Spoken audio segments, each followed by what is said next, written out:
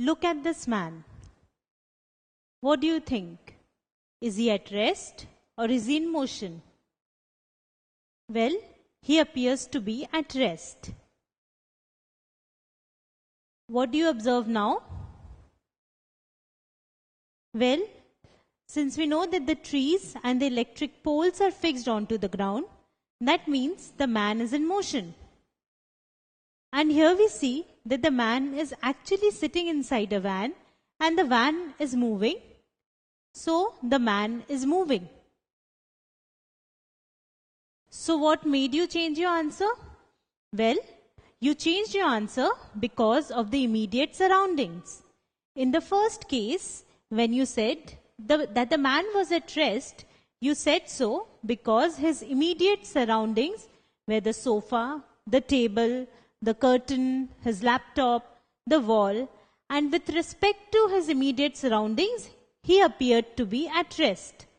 But in the second case, when the trees and the electric poles came into picture, you said that the man is in motion. So we say that a body is at rest or in motion depending upon the immediate surroundings. And we require a reference point from the immediate surroundings to describe motion. So in a sense, a body is said to be at rest if it does not change its position with respect to a reference point. For example, in the video, when the reference point were the table, the laptop, the sofa, the man was not changing his position with respect to those, and we concluded that he is at rest.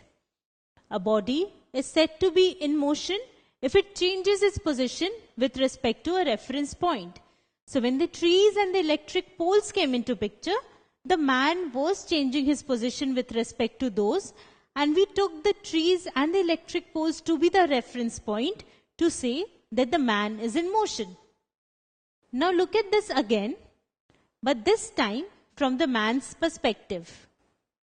To him, the trees, the poles, grasses, the wires, everything outside the window appears to move backwards.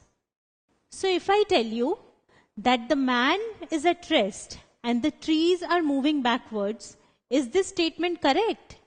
Think about it. Well, yes. There is nothing wrong with this statement if I take man to be the reference point. Because if man is the reference point, with respect to himself, obviously he is at rest. If man is the reference point, with respect to him, the trees are moving backwards. So we can say that the trees are in motion. If you had said that the statement was incorrect, that is probably because we are used to taking ground as the reference point. So if something moves with respect to ground, we say that it is in motion. And if something is stationary with respect to the ground, we say that it is at rest. However, it is not necessary to take ground as the reference point.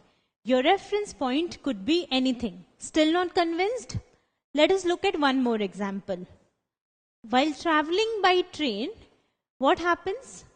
Your fellow passenger appears to be at rest to you.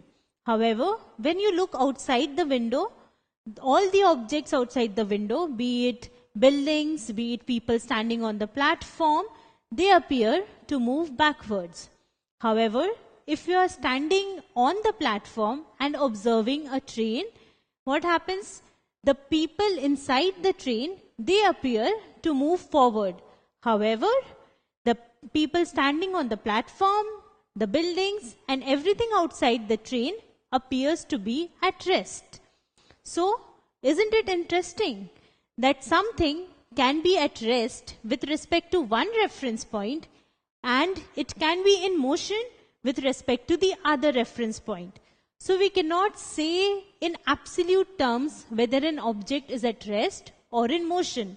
We can always say an object to be at rest or in motion with respect to a reference point. You might be surprised to know that even the huge mountains, hills, buildings, trees, which appear to be stationary to us, they are moving. Yes, since they are fixed onto the ground, and we know that the earth moves around the sun. So along with the earth, they are also moving around the sun. So when we take sun to be the reference point, the trees, mountains, buildings, everything is moving. In fact, everything in the universe is in a state of motion. Be it planets, stars, galaxies, everything is in a state of motion with respect to something or the other. So let us answer a question. Which of the following statements are correct? A tree fixed to the ground is in motion with respect to the earth. Well, if the tree is fixed onto the ground, that means it is stationary with respect to the earth and it is not in motion with respect to the earth. So, this statement is incorrect. A tree fixed to the ground is in motion with respect to the sun. Well, a tree fixed to the ground is in motion with respect to the sun because the earth is moving around the sun, and along with the earth, the tree fixed to the earth is also moving around the sun. So this statement is correct. Motion can be different depending upon the observer. As we had already seen, in this case, that the same tree fixed to the ground was at rest with respect to the earth, and it was in motion with respect to the sun. So yes, motion can be different depending upon the observer. Motion is unique irrespective of the observer. Well, this is automatically ruled out.